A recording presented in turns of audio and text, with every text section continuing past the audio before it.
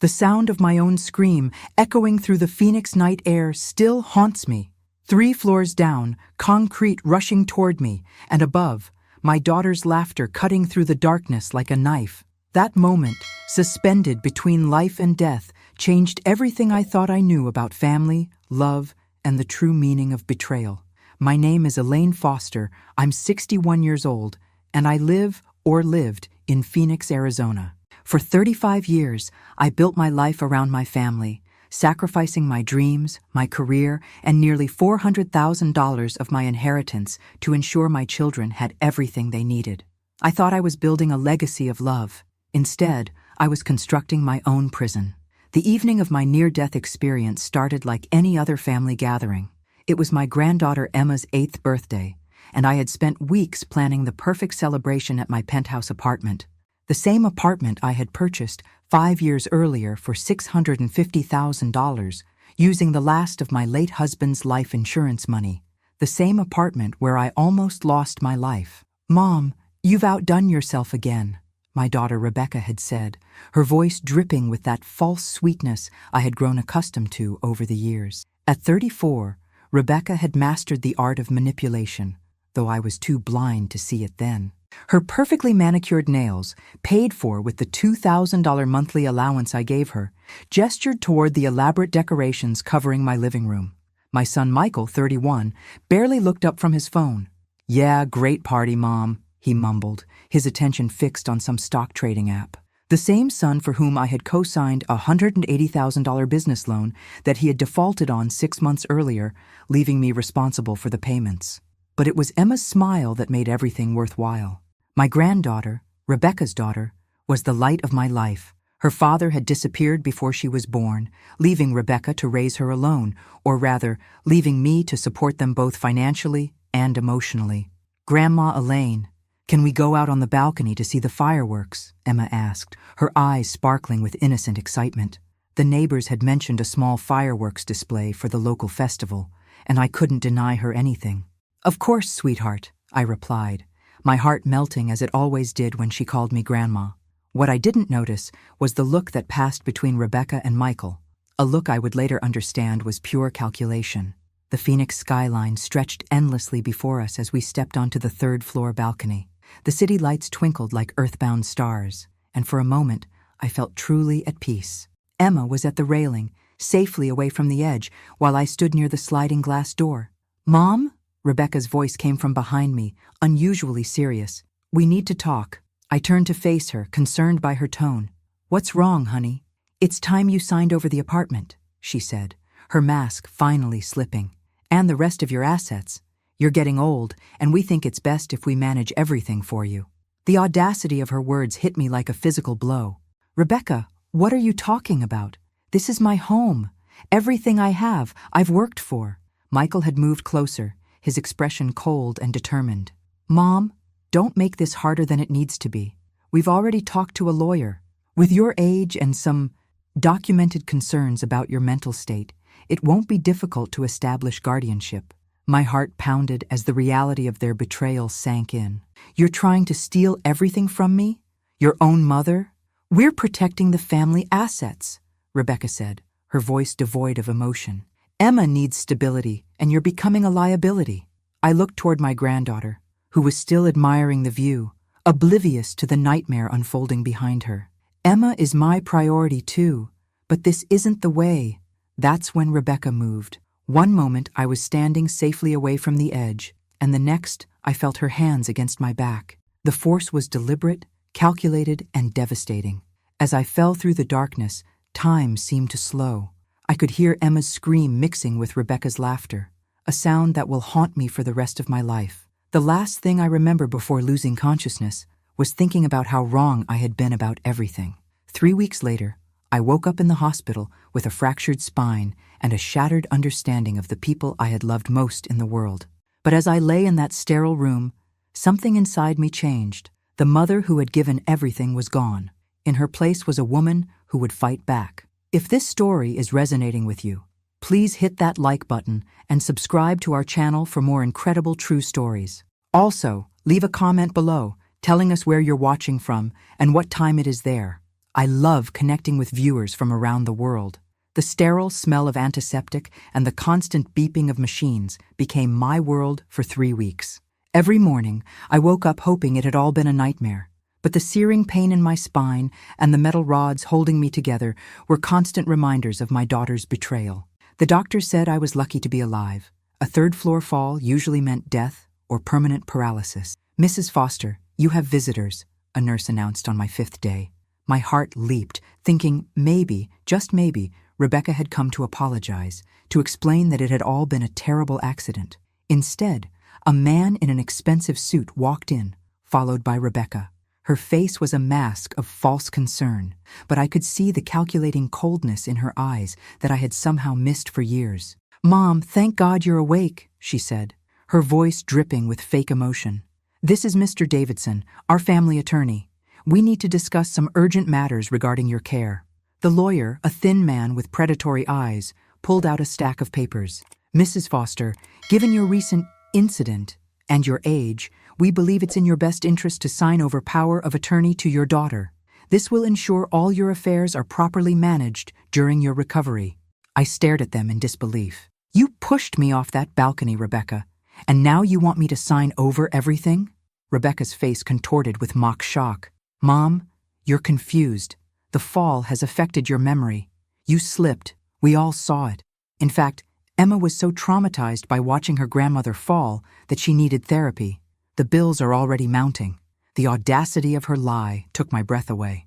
But worse was the realization that she was using Emma, my precious granddaughter, as a weapon against me.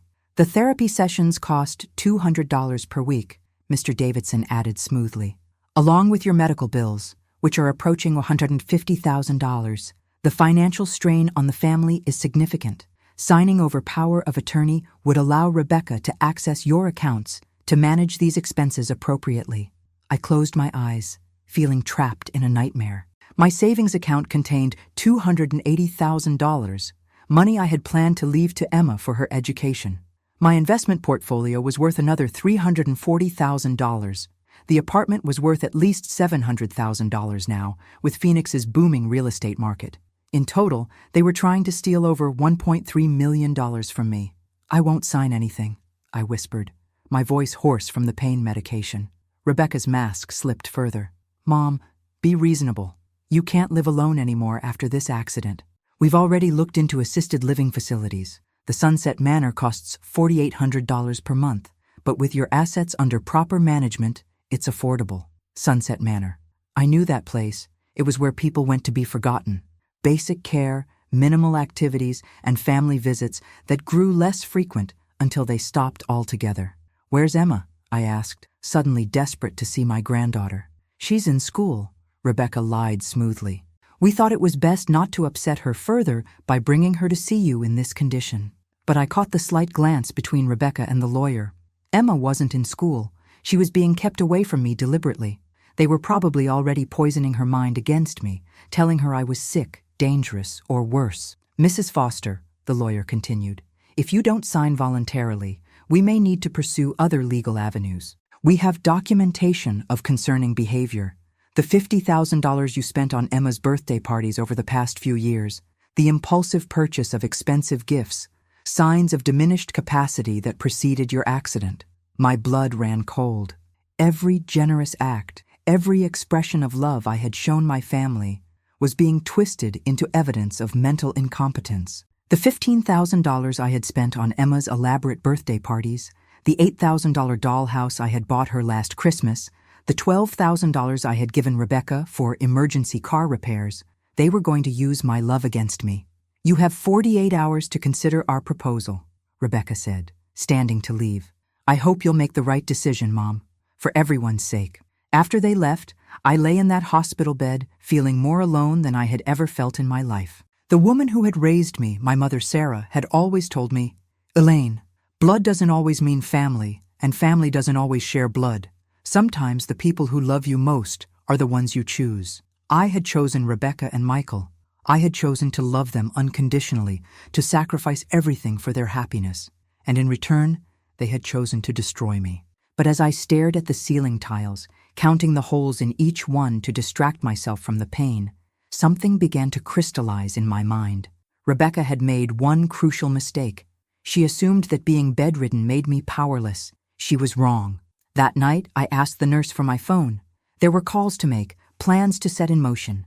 If my children wanted to play games with lawyers and legal documents, I would show them what a lifetime of experience and determination could accomplish. The next morning, instead of calling Mr. Davidson, I called someone else entirely. Someone Rebecca would never expect. "Hello, Janet. It's Elaine Foster. I need your help, and I need you to keep this conversation completely confidential." Janet Morrison had been my neighbor for 8 years, but I had never realized she was a retired family court judge until that phone call changed everything. At 68, Janet was sharp as a tack and had seen every kind of family manipulation imaginable during her 30-year career on the bench. "Elaine, what you're describing is elder abuse," Janet said when she visited me the next day. Her voice filled with barely contained anger. "Financial exploitation of elderly family members is a felony in Arizona, punishable by up to 12 years in prison." She had arrived with a bouquet of flowers that concealed a small recording device. "We need evidence," she explained quietly.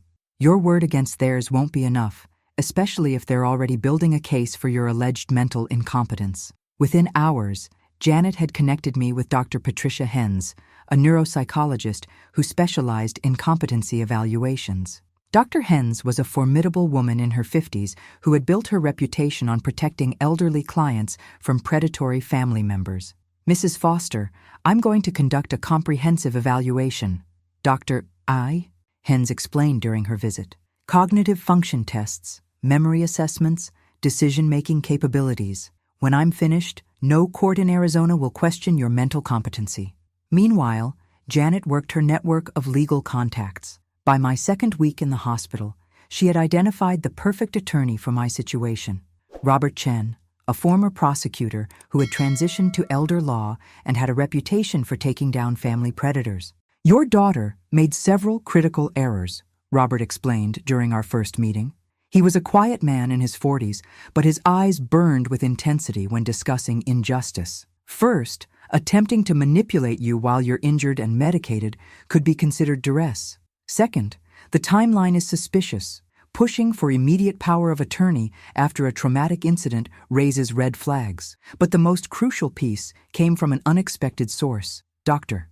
Martinez, the emergency room physician who had treated me the night of my fall, had been troubled by something since my arrival.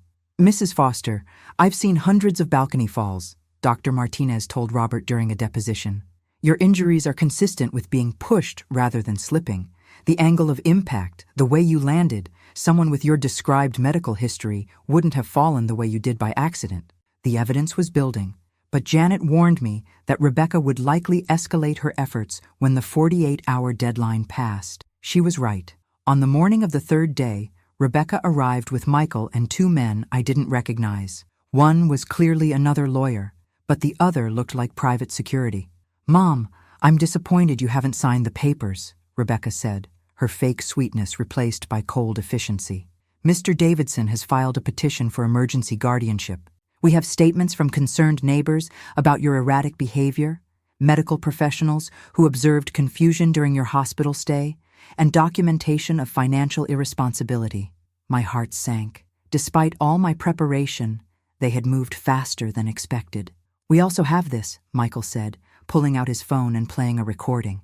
It was my voice, slurred from pain medication, saying, "I can't think straight. Everything is so confusing. I don't know what's real anymore." They had recorded me during my first night in the hospital when I was heavily sedated and in shock. The manipulation was breathtaking in its cruelty. "The hearing is scheduled for tomorrow," the new lawyer announced. "We thought it would be easier if you signed voluntarily now, rather than face the embarrassment of a public competency hearing." But Rebecca had underestimated me again. While she had been gathering her fraudulent evidence, I had been building something much more powerful. "I appreciate the visit," I said calmly, "but I won't be signing anything. In fact, I have some documents of my own." I reached for the folder Janet had left with me. Inside were photographs, pictures I had forgotten I had taken over the years. Pictures of Rebecca with different men at expensive restaurants, charged to credit cards I had given her for emergencies. Pictures of Michael at a casino in Las Vegas, taken during a weekend He claimed to be visiting colleges with his son. What are these? Rebecca asked, her confidence wavering for the first time. Evidence of fraud, I replied. The $45,000 you claimed was for Emma's medical treatments? These receipts show it went to pay off your gambling debts. The $20,000 for Michael's business investment? Bank records show it was withdrawn in cash from a casino ATM. Rebecca's face went white. You were spying on us? I was trying to understand where all my money was going, I said. Did you know that in the past 3 years, you've taken $127,000 from me under false pretenses? Arizona law considers that theft by deception. The security guard shifted uncomfortably, and I could see doubt creeping into the lawyer's eyes. But I wasn't finished. There's more, I continued, pulling out a thick envelope. DNA evidence from my granddaughter Emma. It seems her real father isn't the mysterious man who disappeared. It's actually Thomas Richardson, the married man you were having an affair with 3 years ago. The same Thomas Richardson who's been paying you $3,000 a month in hush money to keep quiet about Emma's parentage. Rebecca's legs gave out, and she collapsed into the hospital chair. Michael was staring at his sister in shock, clearly unaware of this particular family secret. That money you've been claiming was from your part-time job? It was blackmail, I said. Emma's real father is a prominent businessman who would lose everything if his wife found out about his illegitimate daughter. You've been extorting him and using Emma as leverage. The room fell silent except for the steady beeping of my monitors. Rebecca's carefully constructed house of lies was crumbling around her. The hearing is tomorrow, I said quietly, but I don't think you'll be attending. You see, I've already filed my own petition, not for guardianship, for criminal charges. The night after Rebecca's disastrous visit, I couldn't sleep despite the pain medication. My spine ached with every breath, but my mind was crystal clear for the first time in years. The woman who had fallen from that balcony 3 weeks ago was gone. In her place was someone who understood that survival sometimes requires you to become harder than your circumstances. At 6 a.m., my phone rang. It was Robert Chen, my attorney. Elaine, we have a problem, he said grimly. Rebecca filed an emergency restraining order against you. She's claiming you threatened her and Emma, and that your mental state is deteriorating rapidly. The judge granted a temporary order pending tomorrow's hearing. My blood went cold. What does that mean? It means you're prohibited from contacting Emma or Rebecca until the court makes a final determination. She's also requesting immediate emergency guardianship, claiming you're a danger to yourself and others. Rebecca was more cunning than I had given her credit for. By filing first and painting herself as the victim, she had seized the narrative. In the eyes of the court, I was now the unstable elderly woman making wild accusations against her caring daughter. But we have evidence, I protested. Evidence that will take time to verify, Robert replied. In emergency proceedings, judges often err on the side of caution. If Rebecca can convince the court that you're in mental decline, they might grant temporary guardianship just to protect you from yourself. After hanging up, I stared at the ceiling, feeling trapped. Every move I made, Rebecca countered with something worse. She understood the system better than I had anticipated, and she was using my own vulnerability against me. That's when Janet knocked on my door, carrying a laptop and wearing a grim expression. I've been doing research all night, she said, setting up the computer on my bedside table. Rebecca made one crucial mistake in her restraining order petition.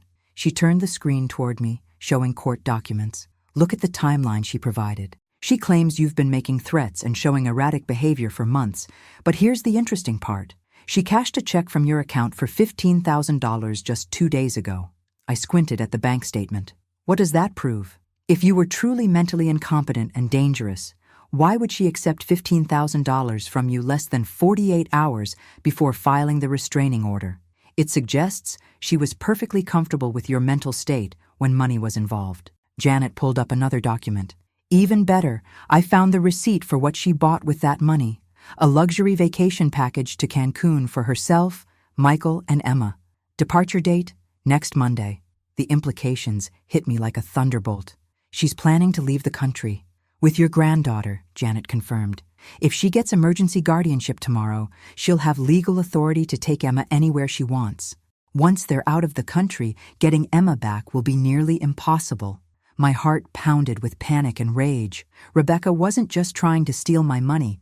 She was planning to kidnap Emma and disappear. There's more, Janet continued, her voice grim.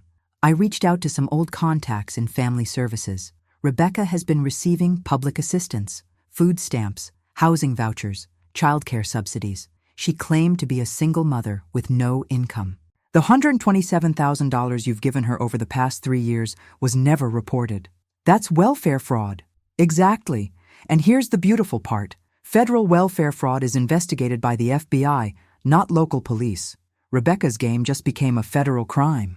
Janet made a phone call while I listened in amazement. Within an hour, Special Agent Maria Santos from the FBI's White Collar Crimes Division was sitting in my hospital room, taking notes as I explained the situation. Agent Santos was a serious woman in her 30s who spoke with quiet authority. Mrs. Foster, what you're describing constitutes a complex fraud scheme involving elder abuse, welfare fraud, and potentially parental kidnapping. The interstate and international elements make this a federal matter. She reviewed the evidence Janet had gathered. The timing is crucial. If we're going to prevent them from leaving the country, we need to act before tomorrow's hearing. What can you do? I asked. We can freeze their assets pending investigation. We can also place Emma in protective custody if there's evidence of imminent danger. But Agent Santos had concerns. The challenge is that Rebecca has legal custody of Emma, and she hasn't technically committed any crimes yet that would justify immediate arrest. We need more evidence of the fraud, or proof that Emma is in danger. That's when my phone rang. The caller ID showed a number I didn't recognize, but when I answered, I heard the voice that mattered most. Grandma Elaine? It's Emma. My heart nearly stopped. Emma, sweetheart, where are you? I'm at home, but Mommy is acting really strange. She's packing suitcases and crying. She told me we're going on a surprise vacation, but she seems scared. She won't let me call you, and she said you don't love me anymore because you're sick. Agent Santos gestured for me to keep talking while she signaled to Janet. Emma, I love you more than anything in the world. I'm not sick in my mind, and I will always love you. Can you tell me what Mommy has been saying about our vacation? She said we might not come back. She said you might try to take me away from her, but she won't let that happen. Grandma, I don't want to go. I want to stay here with my friends and my school. Can you help me? The pain in Emma's voice broke my heart, but it also gave me the evidence Agent Santos needed. Emma, I want you to do something for me. Go to your room and close the door. If Mommy asks you to go anywhere before I see you again, can you call 911?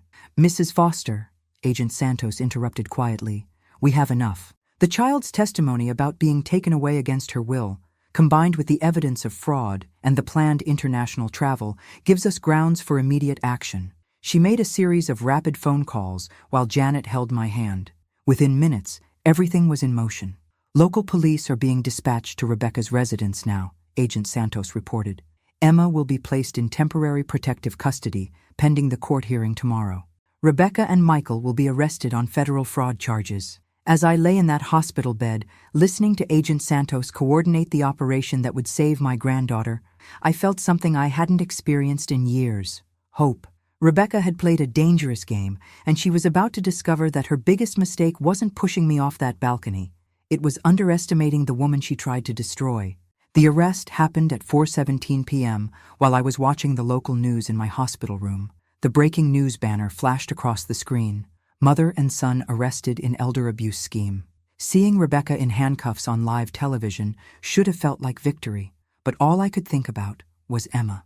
Agent Santos called within the hour. Emma is safe, Mrs. Foster. She's with Child Protective Services temporarily, but we're working to arrange supervised visits with you as soon as you're released from the hospital. How is she? I asked, my voice barely a whisper. Scared, confused, but physically unharmed. She keeps asking for you. The social worker says she's been crying and asking when she can see her real grandma again. The words broke my heart. Emma had been caught in the middle of her mother's greed, used as a pawn in a game she was too young to understand. Dr. Chen arrived that evening with updates from the courthouse. Rebecca and Michael were denied bail. The judge considered them flight risks given the planned international travel and the amount of money involved. They're looking at multiple federal charges: elder abuse, welfare fraud, wire fraud, and conspiracy. What about Emma? Tomorrow's emergency hearing has been converted into a custody determination. With Rebecca's arrest, the state is asking the court to grant you temporary guardianship of Emma, pending a full investigation. But even as the legal machinery worked in my favor, I knew the real battle was just beginning. Rebecca's defense attorney was already spinning a narrative. The desperate single mother driven to extremes by her elderly mother's deteriorating mental state and unreasonable demands. The next morning, Janet helped me get dressed for court. The metal brace around my spine made movement painful, but I was determined to be there for Emma. As we entered the courthouse, I saw protesters outside.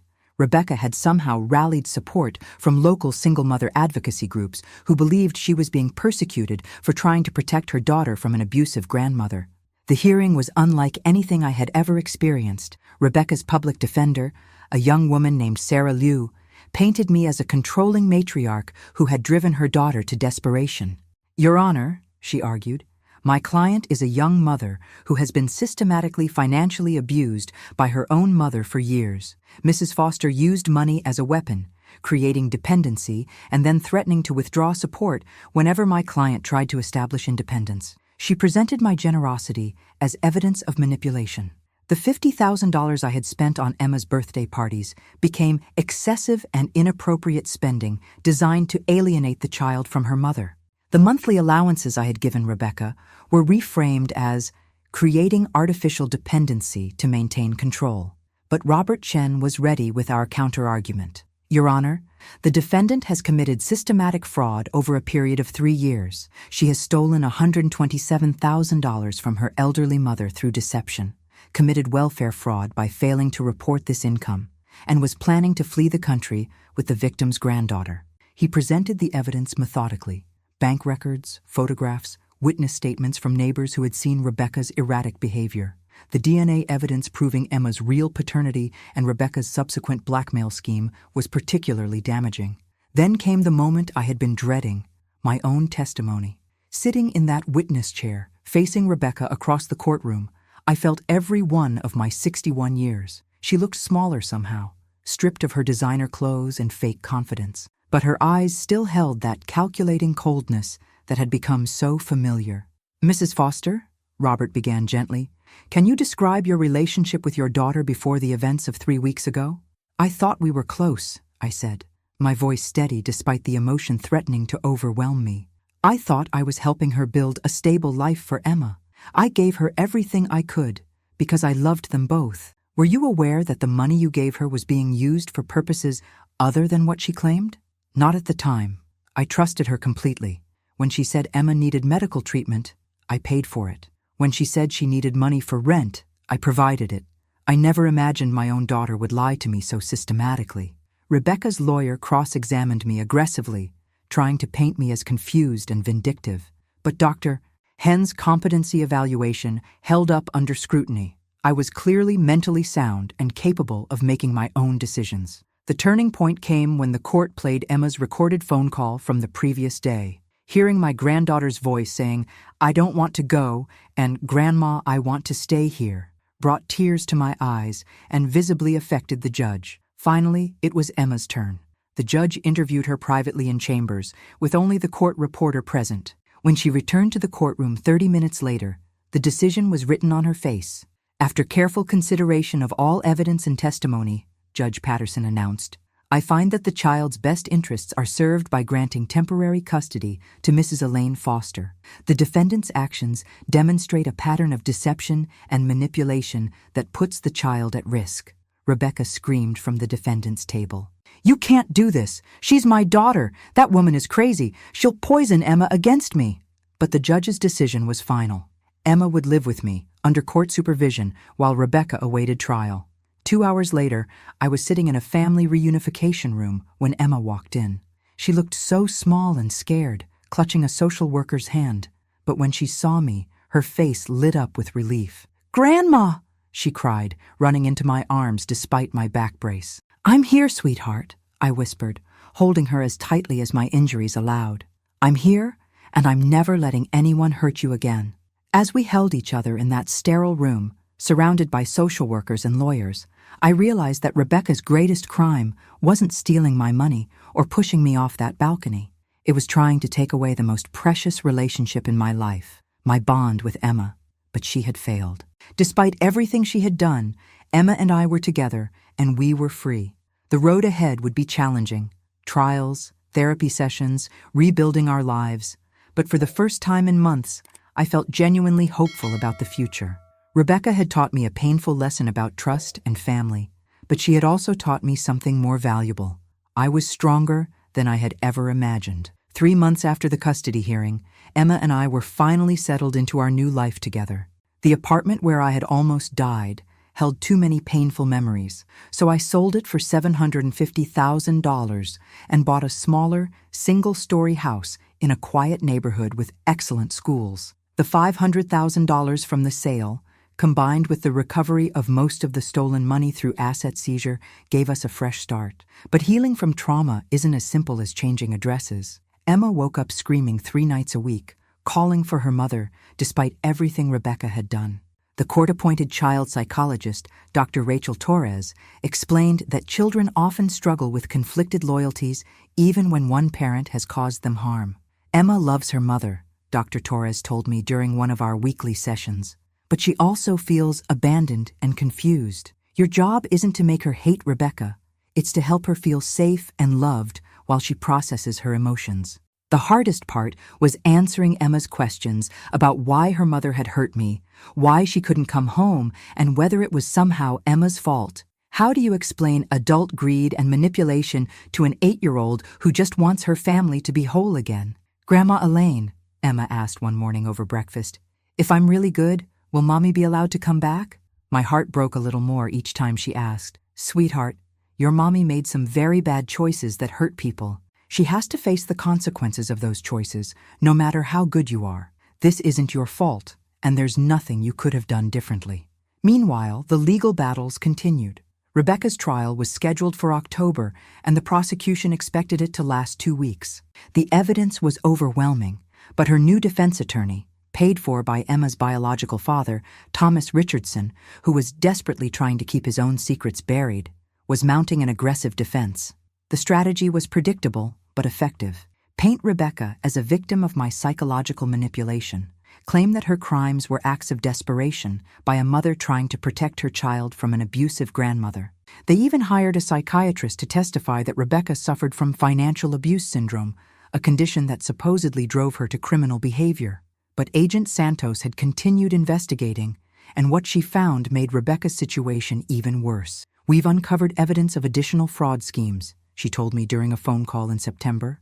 Rebecca has been running similar cons on elderly people through online dating sites. We've identified at least 4 other victims, all widowed men over 65, who lost a combined total of $89,000 to her romance scams. The revelation was staggering.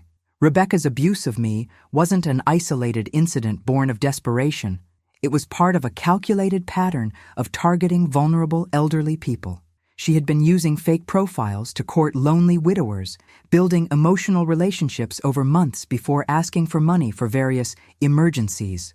One victim, Harold Martinez, lost his entire retirement savings, $34,000, to pay for what Rebecca claimed was emergency surgery for Emma.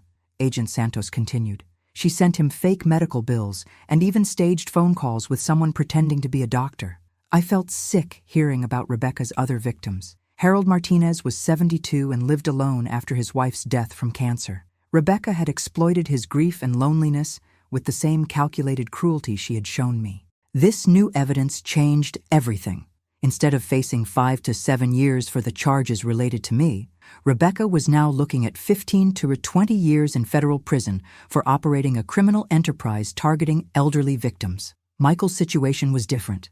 His lawyer had negotiated a plea deal, 2 years in minimum security prison, in exchange for testifying against Rebecca and providing evidence about the romance scams. It turned out that Michael had been helping Rebecca create fake documents and bank accounts for her online personas. Mom, Michael called me from jail the day before Rebecca's trial began.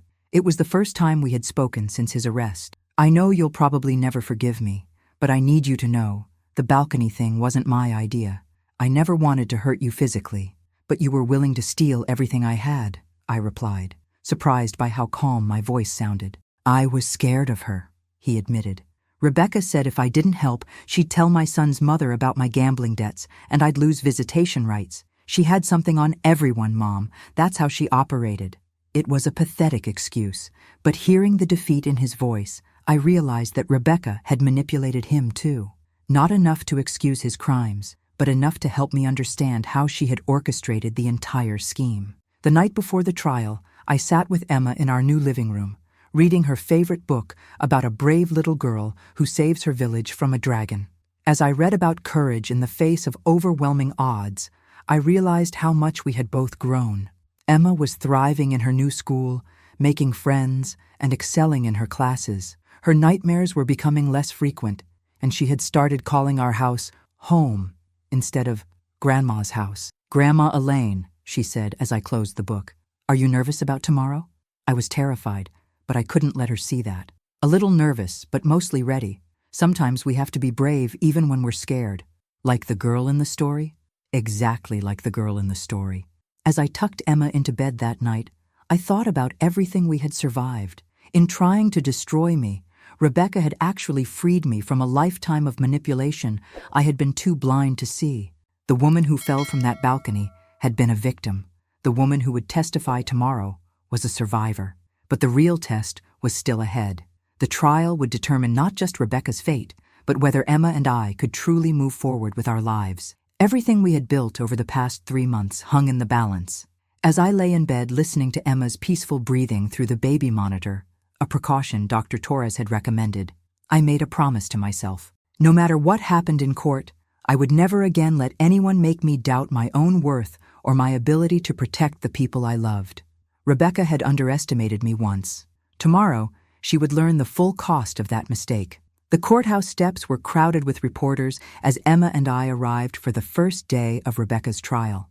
The media had latched onto the story, "Daughter pushes mother from balcony in inheritance scheme," and the sensational headlines had drawn national attention. I shielded Emma from the cameras, grateful that the judge had agreed to keep her testimony sealed to protect her privacy. Inside the courtroom, I saw Rebecca for the first time since the custody hearing. She had lost weight in jail, and her once perfect appearance had deteriorated. But when our eyes met across the room, I saw the same calculating coldness that had nearly destroyed my life. The prosecution's opening statement was delivered by Assistant U.S. Attorney James Morrison, a veteran prosecutor who specialized in complex fraud cases. He laid out the timeline methodically, starting with Rebecca's first documented lie about Emma's medical expenses 3 years earlier and culminating in the balcony incident. "Ladies and gentlemen of the jury," Morrison began, "this case is about a daughter who saw her elderly mother not as family, but as a target. The defendant systematically stole $127,000 from Mrs. Foster through elaborate deceptions. When her mother began asking questions, the defendant didn't just escalate her lies, she escalated to physical violence. He presented the evidence piece by piece. Bank records showing the fraudulent withdrawals, photographs of Rebecca's extravagant lifestyle funded by stolen money, and medical testimony about my injuries being consistent with being pushed rather than falling accidentally. But the most damaging evidence was the recording of Rebecca's voice from the hospital, played for the jury without context. "If the old bat dies, we inherit everything anyway. This just speeds up the process." It was a conversation Agent Santos had recorded during a follow-up visit when Rebecca thought she was speaking privately to Michael in the hallway. The words hung in the air like a death sentence. Rebecca's defense attorney, David Sullivan, tried to counter with the desperate mother narrative. He painted me as a controlling matriarch who had driven Rebecca to desperation through years of financial manipulation and emotional abuse. "My client is not a criminal mastermind," Sullivan argued. "She's a young mother who was trapped in a cycle of financial dependence by a woman who used money to control every aspect of her life. When Mrs. Foster threatened to cut off all support, leaving Rebecca and her daughter homeless, my client made desperate choices. The defense called character witnesses, neighbors who testified about seeing me argue with Rebecca, former friends who claimed I was possessive and controlling with Emma. They even brought in a handwriting expert who suggested that some of the financial documents might have been forged, implying that I had fabricated evidence against my own daughter. For 3 days, I sat in that courtroom, listening to my love for my family being twisted into evidence of abuse. Every gift I had given, every sacrifice I had made, was reframed as manipulation. It was almost more painful than the physical assault. Then came my turn to testify. Walking to the witness stand with my back brace visible under my clothing, I felt the weight of everyone's attention. Rebecca's eyes burned into me with hatred so intense I could feel it across the room. "Mrs. Foster," Morrison began gently, "can you describe your relationship with money and your family?" "I've always believed that money should serve love, not the other way around," I replied. "I gave freely because I wanted my children and granddaughter to have opportunities I never had. I never asked for anything in return except honesty." "When did you first become suspicious that something was wrong?" "When I started asking for receipts." Rebecca became defensive and angry when I asked to see medical bills or school expenses. That's when I realized that the woman I thought I knew might not exist. Morrison walked me through the timeline of deceptions, the mounting evidence of fraud, and finally, the night of the balcony incident. "Mrs. Foster, in your own words, what happened on that balcony?" I took a deep breath and looked directly at the jury. My daughter looked me in the eyes and told me she was going to take everything I had worked for.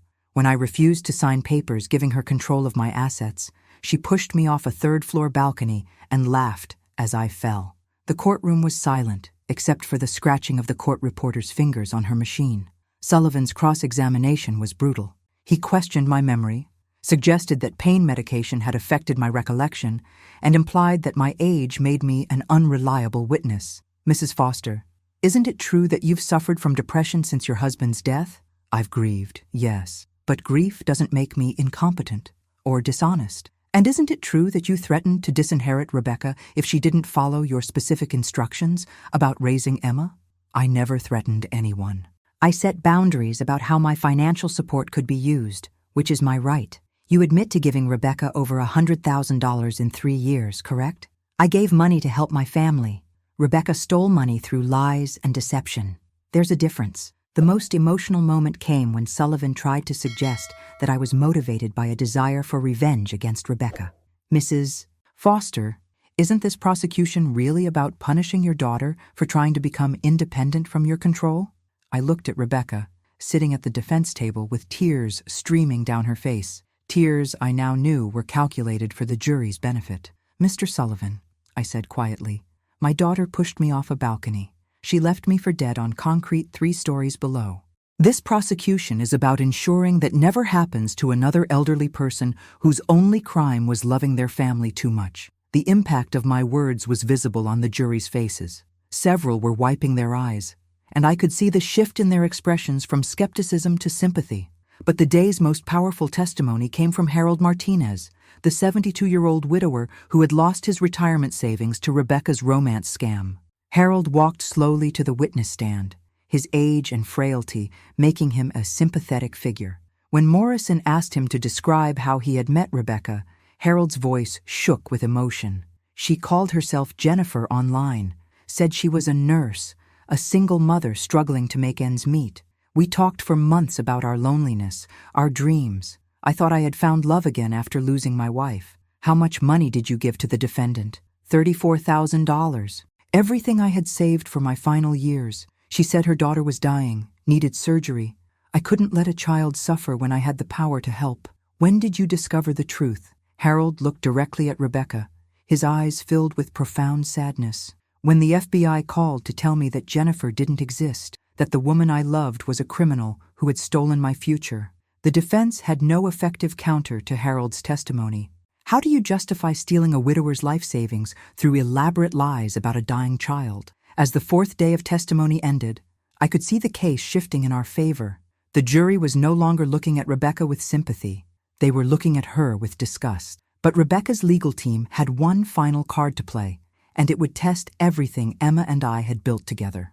On the 5th day of the trial, Rebecca's defense team played their last desperate card. They called Emma to testify. Despite the judge's earlier ruling to protect Emma's privacy, Sullivan had filed an emergency motion claiming that Emma's testimony was crucial to understanding the true family dynamic. He argued that without hearing from Emma directly, the jury couldn't properly assess whether I was the loving grandmother I claimed to be, or the controlling manipulator the defense portrayed. Judge Patterson reluctantly agreed, but only under strict conditions. Emma would testify in chambers with only the attorneys, myself, Rebecca, and a child advocate present. The testimony would be recorded for the jury to watch later. When Emma walked into the judge's chambers holding the child advocate's hand, my heart shattered. At 8 years old, she was being forced to testify about her mother's crimes, about our family's destruction, about events no child should have to understand. Rebecca immediately started crying when she saw Emma, reaching out her arms. "Baby, Mommy missed you so much." Emma stopped walking and looked uncertainly between Rebecca and me. The child advocate gently guided her to a chair positioned between us. Judge Patterson spoke kindly to Emma, explaining that she just needed to answer some questions honestly. Sullivan began his questioning with obvious coaching. "Emma, do you miss your mommy?" "Yes," Emma whispered, tears starting to flow. "Has Grandma Elaine said bad things about your mommy?" Emma looked at me with confusion.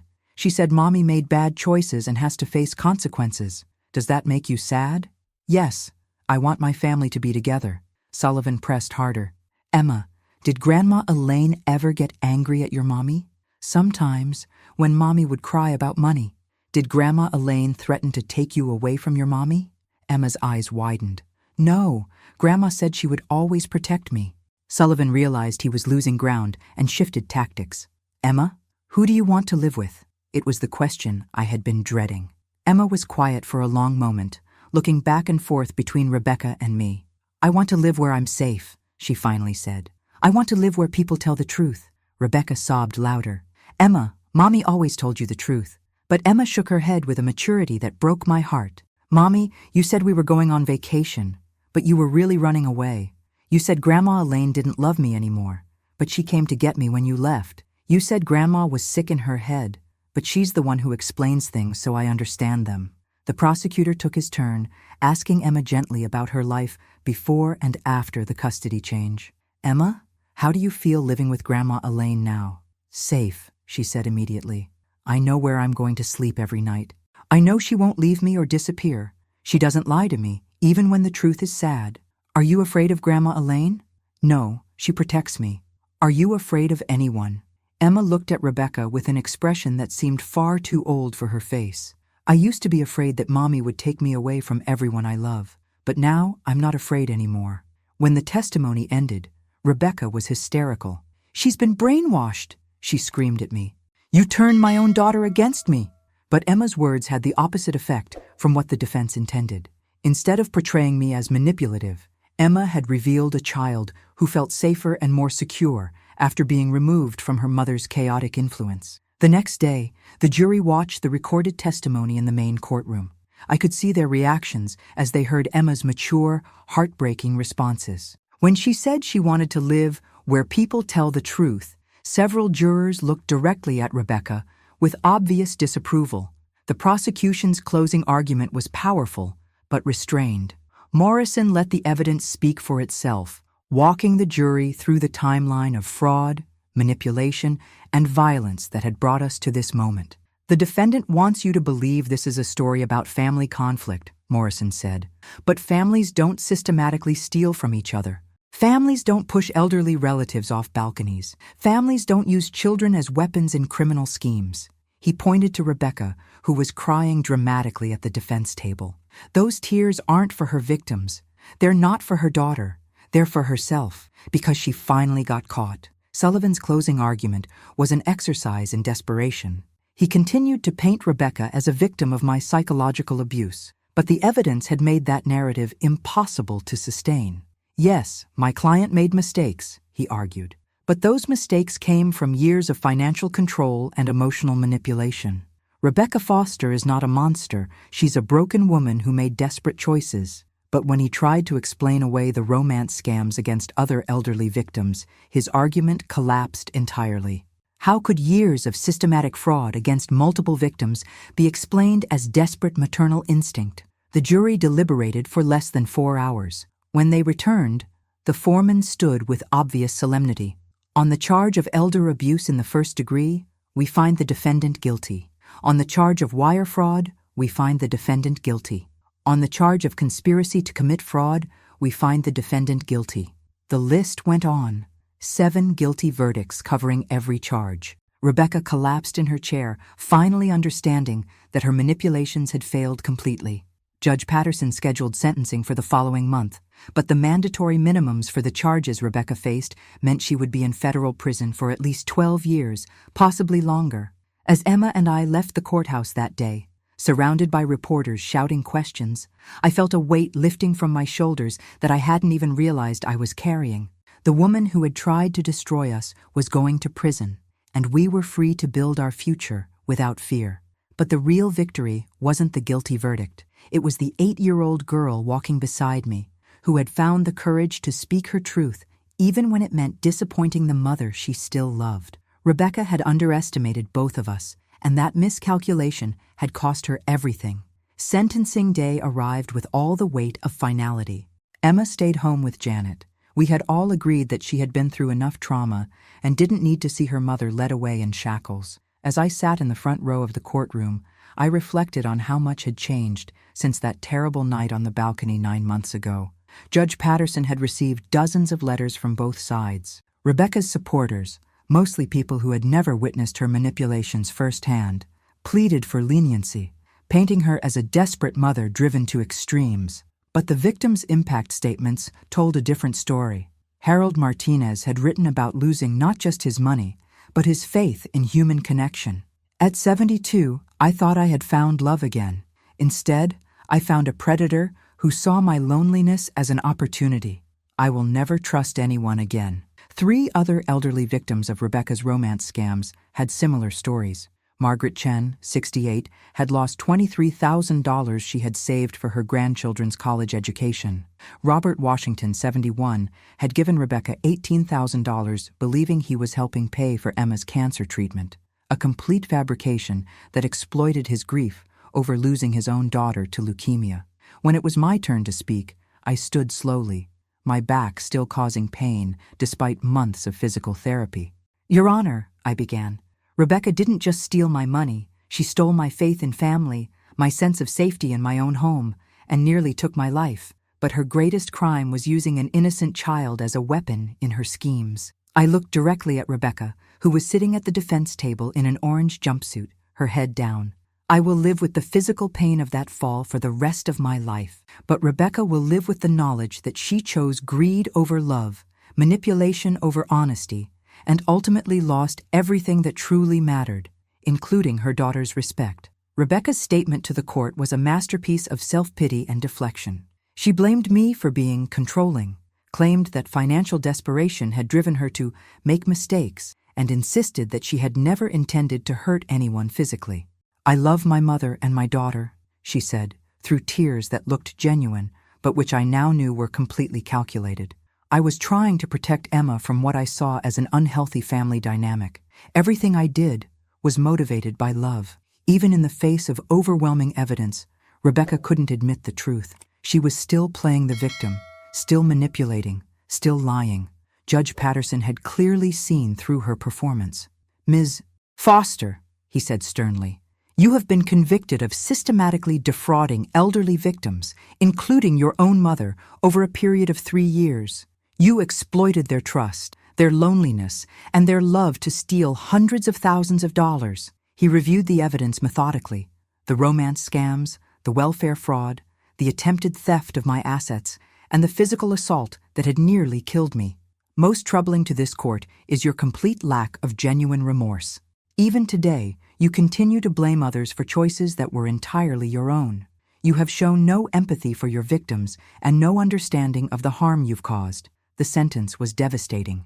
18 years in federal prison with no possibility of parole for at least 12 years. Rebecca would be 52 years old when she was first eligible for release, and Emma would be 26, older than Rebecca had been when she started her criminal schemes. The restitution order was equally comprehensive: $347,000 to be paid to all victims, including interest and punitive damages. Since Rebecca had no assets, the money would come from whatever she could earn in prison, typically about $200 per month, meaning she would be paying her debt for the rest of her life. As the judge's gavel fell, Rebecca screamed across the courtroom at me, "You destroyed our family.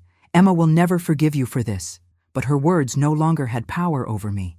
The woman who had fallen from that balcony might have been broken by Rebecca's manipulation, but the woman sitting in that courtroom had learned that strength comes from surviving betrayal, not avoiding it. Michael's sentencing had occurred the week before. His cooperation with the prosecution and genuine remorse had earned him a lighter sentence, 3 years, with the possibility of early release if he continued to provide assistance in recovering stolen assets from offshore accounts Rebecca had hidden. Unlike Rebecca, Michael had accepted responsibility for his actions. He had written me a letter from prison, not asking for forgiveness, but acknowledging the full scope of his betrayal. "Mom," the letter read, "I know I can never undo what I did to you. I let Rebecca convince me that taking your money was somehow justified, that you were too controlling and needed to be taught a lesson. I was wrong about everything. You were the best mother you could be, and I repaid your love with theft and betrayal. I don't expect forgiveness, but I want you to know that I'm using my time in prison to understand how I became someone capable of hurting you."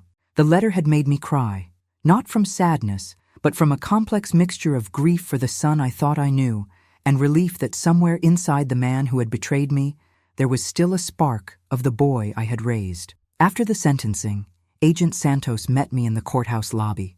"Mrs. Foster, I want you to know that this case has already led to changes in how we investigate elder abuse. Rebecca's methods were sophisticated enough that they're being studied by other law enforcement agencies. Your courage in fighting back may prevent other families from going through what you've endured." As I drove home to Emma that day, I thought about the true cost of Rebecca's betrayal. She hadn't just stolen money. She had stolen years we could have spent building genuine relationships. She had stolen Emma's sense of security. She had stolen my trust in my own judgment. But she hadn't stolen our future. Emma and I were building something new together, something based on honesty and mutual respect rather than manipulation and control. That evening, as Emma helped me prepare dinner in our new kitchen, she asked the question I had been expecting. "Grandma Elaine, will I ever see Mommy again?" I chose my words carefully. "That will be your choice to make when you're older, sweetheart. Your mommy will be in prison for a long time, but if you want to visit her or write to her, we can arrange that when you're ready. Do you think she really loves me?" It was the hardest question of all. "I think your mommy loves you as much as she's capable of loving anyone. But sometimes people's actions don't match their feelings, and we have to judge them by what they do, not what they say." Emma nodded with that serious expression that always reminded me she was wiser than her years. "I love her, but I don't want to live with her. Is that okay?" "That's perfectly okay, sweetheart. Love doesn't mean you have to accept being hurt or lied to. You can love someone and still choose to protect yourself." As we sat down to dinner that night, I realized that Rebecca's greatest failure wasn't the crimes she had committed. It was her inability to understand that real love doesn't require deception, manipulation, or control. Emma and I had found that real love in each other, and no prison sentence could take that away. 2 years have passed since Rebecca's sentencing, and as I sit here in our garden watching Emma play with her friends, I sometimes find it hard to believe how much our lives have changed. Emma is now 10 years old, thriving in school, and has developed into a confident, compassionate young girl who speaks her mind with remarkable clarity. The physical healing took longer than expected. My spine will never be completely normal, and I still experience pain on cold mornings that reminds me of that terrible night. But physical therapy, combined with Emma's infectious energy, has helped me regain most of my mobility. More importantly, the emotional healing has been profound.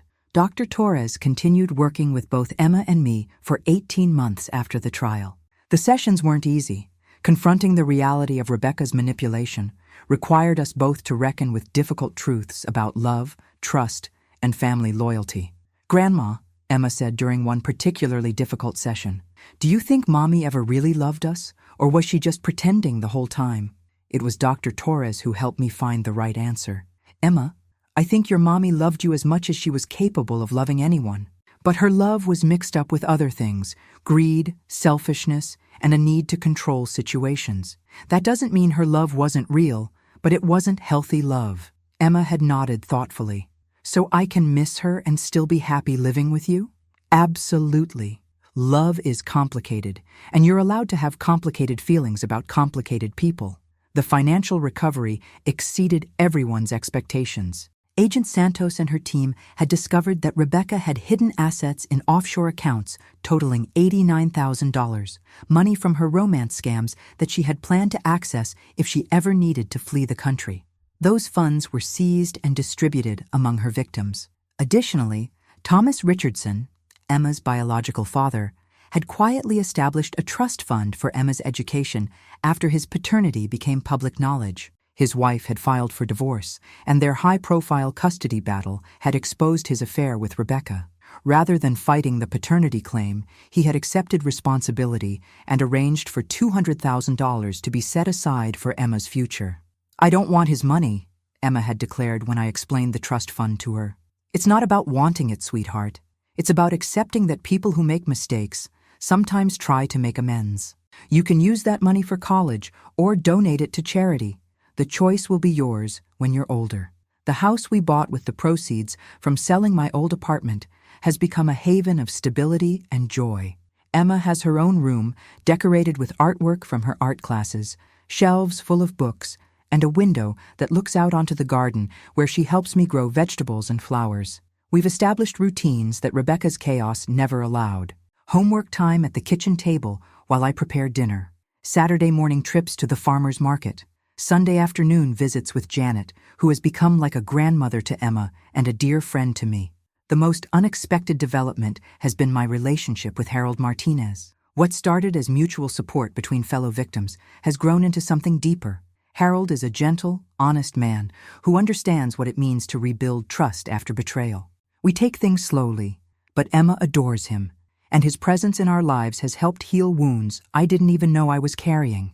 "Do you think you'll marry Mr. Harold?" Emma asked me last month with the directness that children possess. "I don't know, sweetheart. Right now I'm just enjoying having someone in my life who makes me laugh and treats us both with kindness. I like him. He doesn't lie about anything, even when the truth is boring." It was such a perfect observation that I laughed out loud. After years of Rebecca's dramatic deceptions, Harold's quiet honesty is indeed refreshing. Michael was released from prison 6 months ago and has been slowly rebuilding his relationship with Emma and me. His transformation in prison was genuine. He completed addiction treatment, earned his GED, and participated in a program that helped inmates understand the impact of their crimes on victims. Our first meeting after his release was awkward and emotional. He looked older, humbler, and genuinely remorseful. "Mom, I know I don't deserve forgiveness," he said, tears streaming down his face. "But I want you to know that I understand now what I did to you. I let Rebecca convince me that you were the problem, when really, I was just too weak to face my own failures. I studied my son's face, looking for signs of manipulation or deception, but found only genuine regret. Michael, forgiveness isn't something you earn. It's something I choose to give. But rebuilding trust takes time." He's been working as a warehouse supervisor and paying $500 per month toward his restitution debt. More importantly, he's been attending weekly therapy sessions and has been sober for 3 years. Emma was initially wary of rebuilding their relationship, but she's slowly warming up to the uncle who seems determined to prove he's changed. Rebecca, meanwhile, remains unrepentant in federal prison. She has written letters to Emma, letters that are screened by her court-appointed advocate before Emma decides whether to read them.